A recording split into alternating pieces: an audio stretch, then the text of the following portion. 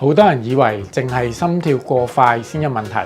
其實心跳過慢都屬於心律不正㗎，隨時都會有致命嘅風險。正常嘅心跳咧，每分鐘係大約60至到100下嘅。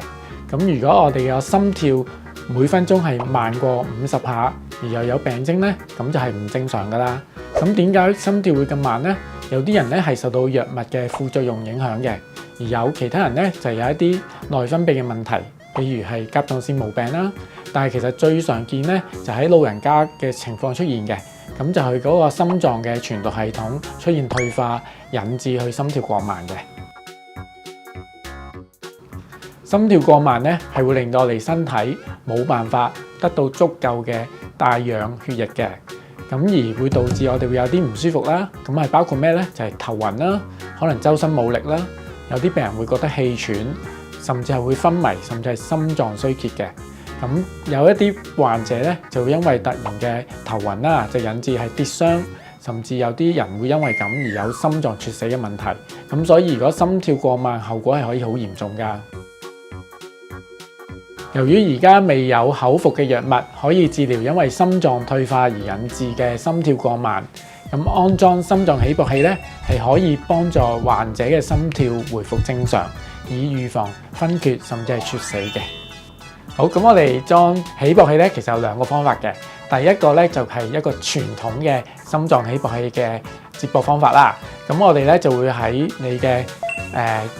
皮下嘅脂肪，通常我哋心口啦、膊頭對下嘅位置啦，就裝一個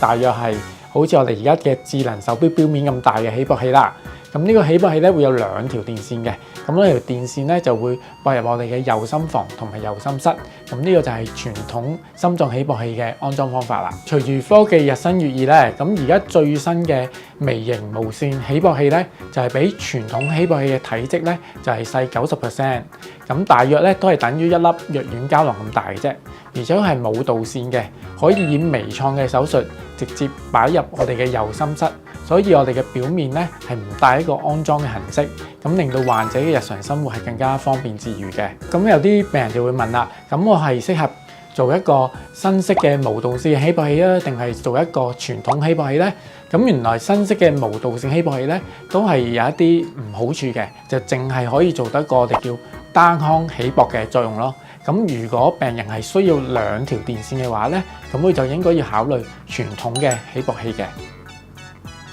其實無導線起搏器而家已經係出到第2代㗎啦。咁上一代嘅無導線起搏器只能夠透過刺激右心室嚟進行呢個單腔起搏，但係最新嘅一代無導線雙腔起搏器咧，佢無論外形同埋大小都同上一代係冇乜分別嘅，但係佢功能上咧就加入咗一個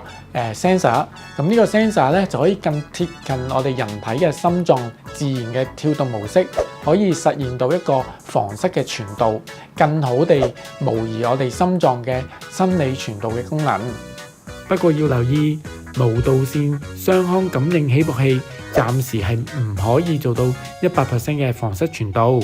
所以有啲病人只係適合安裝傳統嘅起搏器，而有啲病人就可以考慮安裝無導線起搏器啦。